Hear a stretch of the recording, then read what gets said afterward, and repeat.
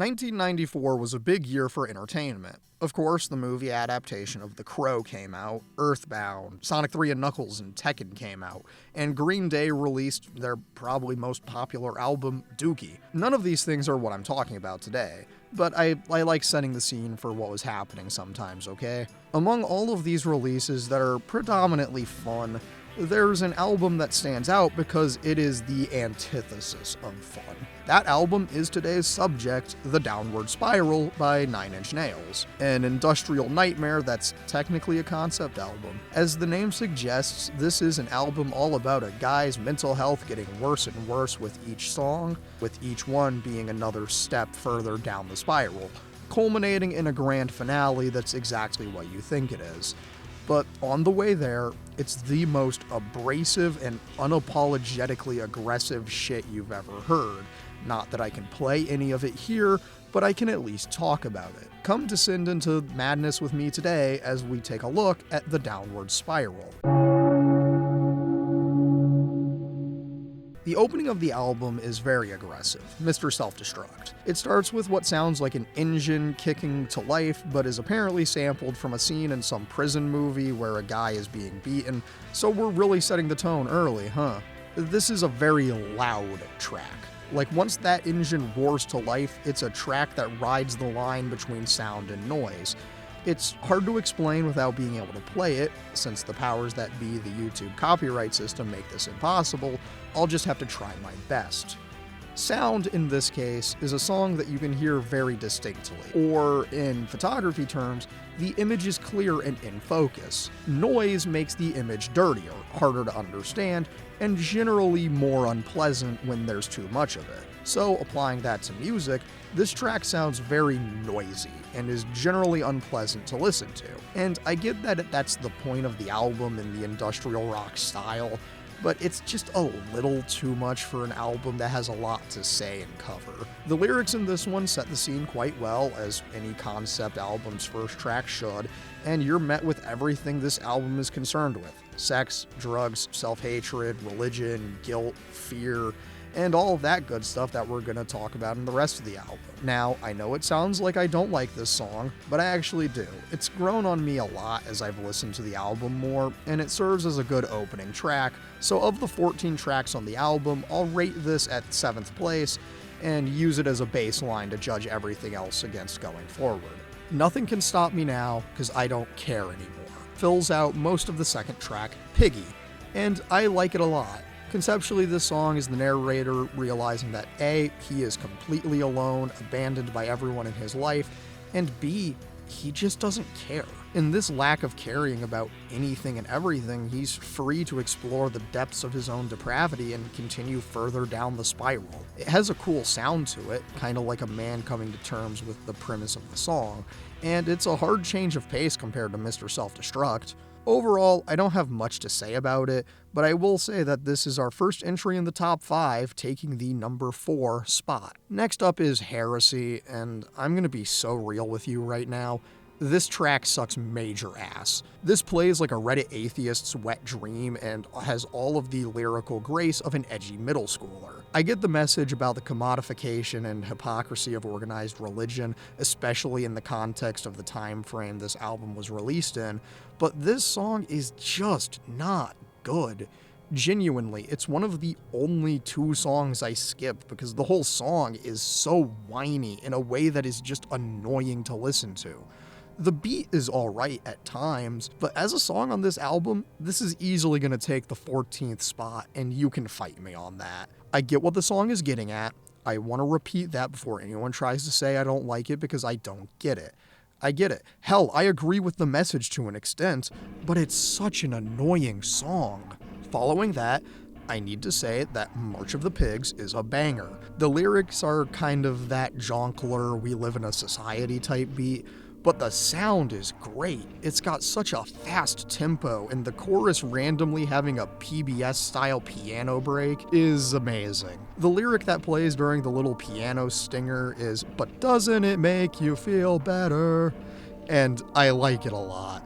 Lyrically, this is a song about commercialism and consumerism and materialism and how they'll always win because the March of the Pigs goes so fast that it can't be stopped, very much a we society moment, right? That said, the beat goes crazy and the piano singers are fantastic, so this takes the 6th place because I like it more than Mr. Self-Destruct.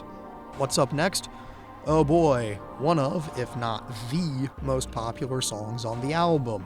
I sure do hope it doesn't become an anthem for the very thing it's making fun of. Look, Closer is not a song that celebrates casual sex and hookup culture, as in the words of Trent Reznor himself, quote, "It's super negative and super hateful. It's I am a piece of shit and I am declaring that, and if you want me, here I am." Which shows in the lyrics. It's all about sex and using people for sex, which in case of our narrator is his desperate attempt to get away from his own mind by returning to a primal base level. It's all about using other people with no regard for anything they get from the experience and all of that stuff. The cruel irony of this declaration of being a shit person is that it became an anthem for frat bros, almost entirely because of how crude the chorus is. Like, you know the line, I know you do, and they just ignore any and all context this track has. While I can appreciate the thematics of the song, I honestly don't like it. I'm sorry. When Weird Al using your lyrics in a polka mashup is better than the original song, you might want to realize that Weird Al is just better than you. Seriously, the alternative polka goes crazy, but that's way too far off topic. On topic, Closer is my other big skip on the album, and it's going to take the 13th slot. I'm aware that this is the most controversial thing I can say, but hey, I gotta be honest here and say that Closer sucks. The 6th track here, Ruiner, starts with an old school hip-hop opening, and it goes crazy until it actually starts. The sound and beat are solid, but lyrically this thing sucks and leaves it in this weird limbo state.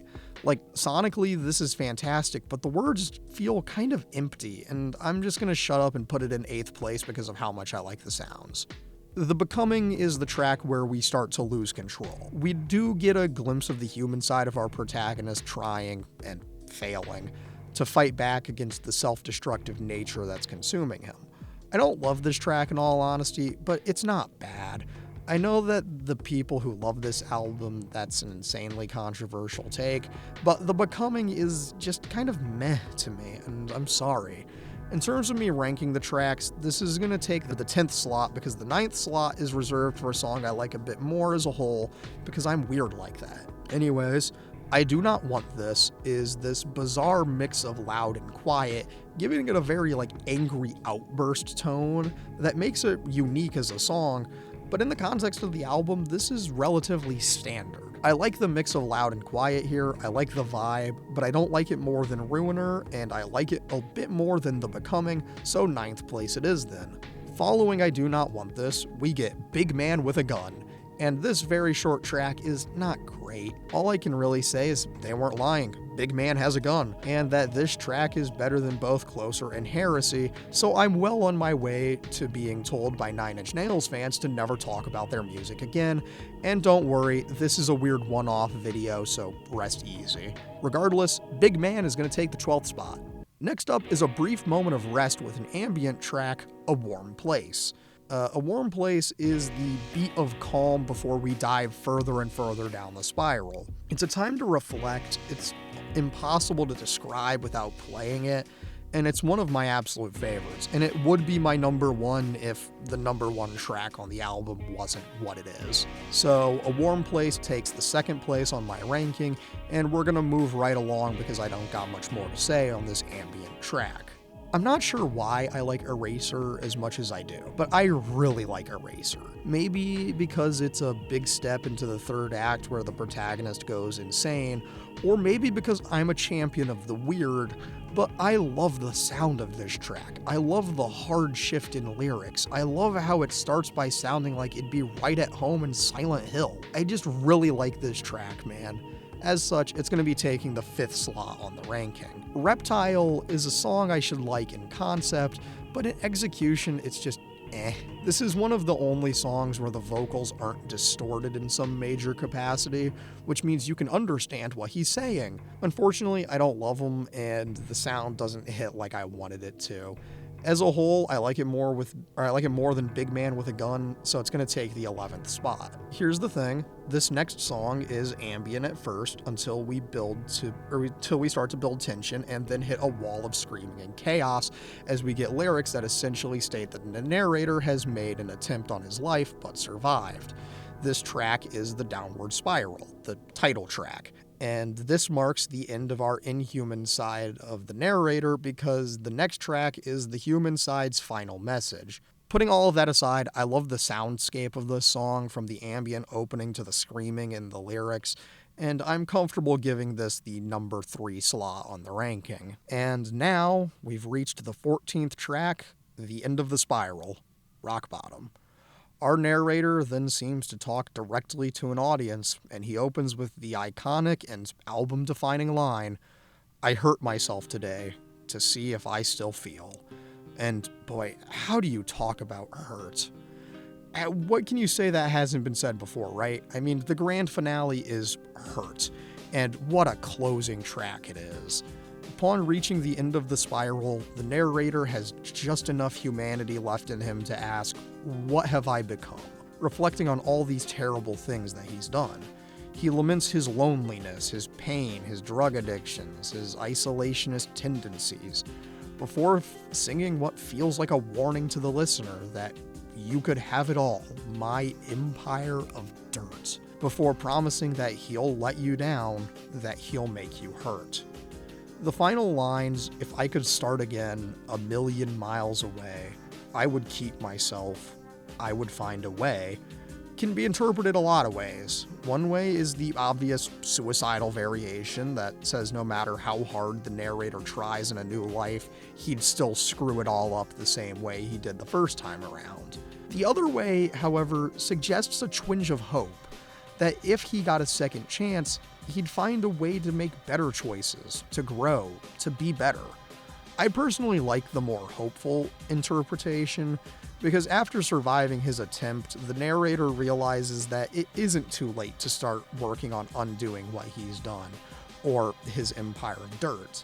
The twinge of hope interpretation is my personal view of the song because I think this album as a whole really works as an expulsion of all the negative in life, and giving the final song even a glimmer of the fact that it can get better, it hits for me. I try so hard to see the best in things, because I know myself. I'm a very caustic and melancholic rat bastard. I mean, just look at the things I talk about and reference all the time on here, right? So I make a conscious effort to kind of counteract that. I often find myself feeling like I only talk about the things I like in these videos, and in part that's because it's a lot less taxing to spend time on something that you have good things to say about. As much as I tolerate the Life is Strange Before the Storm essay, it wasn't a particularly fun one to write by the nature of me needing to spend more time with something I genuinely hate. I exaggerate a lot in that essay, but I hate that game so much, and it's a very different headspace to be in than when I talk about something like Until Dawn or Blitz the League 3. With that in mind, I think part of why I like Hurt so much is because it has that little hint that things can get better and you can make it through the downward spiral and come out on top, is inspiring in the context of the rest of the album. Set all that thoughtful interpretive shit aside though. Where does Hurt stand as a song? Well, given there's only one slot left, it's safe to say that Hurt is the best song of the album, and it's not a contest. It's arguably Nine Inch Nails' best song, and it works so well in the context of the album, but I do have one last thing to mention before I say that this is the number 1 song on the album, and it's the Johnny Cash version. I mean, you really can't talk about Hurt without mentioning the Man in Black himself, because it's one of the best covers of any song ever. Hell, do you know how good a cover version has to be to eclipse the original version? Actually, let me rephrase that. Do you know how much better a cover has to be to truly earn eclipsing the original in popularity? There's a fair amount of people out there that truly believe that Hurt was originally a Johnny Cash song, and can you blame them? His version takes on a truly different context. It's not a 20-something-year-old reaching a suicidal breaking point. It's a man nearing the end of his life, lamenting about a lifetime of regrets that seemingly overshadow every success he's ever had. This version takes on a whole new level of sadness when it's someone as generationally popular as Johnny Cash singing it. Hearing a legend of his genre sing "You Could Have It All, My Empire of Dirt" hits a lot harder, just because it frames it as a man viewing his whole life as nothing, and how in his eyes he'll leave nothing more than a legacy of dirt. The music video sells this. The use of archival footage and the decaying Johnny Cash museum really make it feel more real. The stripped down instrumentals and clearer vocals stand out compared to the original's very distorted and noisy feel. To be perfectly honest with you, I like both versions a lot, but hearing the lyrics more clearly just works better for me. I know the whispery delivery on the original Nine Inch Nails version is intentional and that it was a very hard song to record for them, but even then, in one of the most famous interviews about this song, Trent Reznor said that Hurt is not his song anymore because of how good the Cash version is, and I can't say I blame him. Both versions have their merits and have very different lenses on the pains and regrets of being, but damn, the Cash cover just does so much better. And that's the Downward Spiral.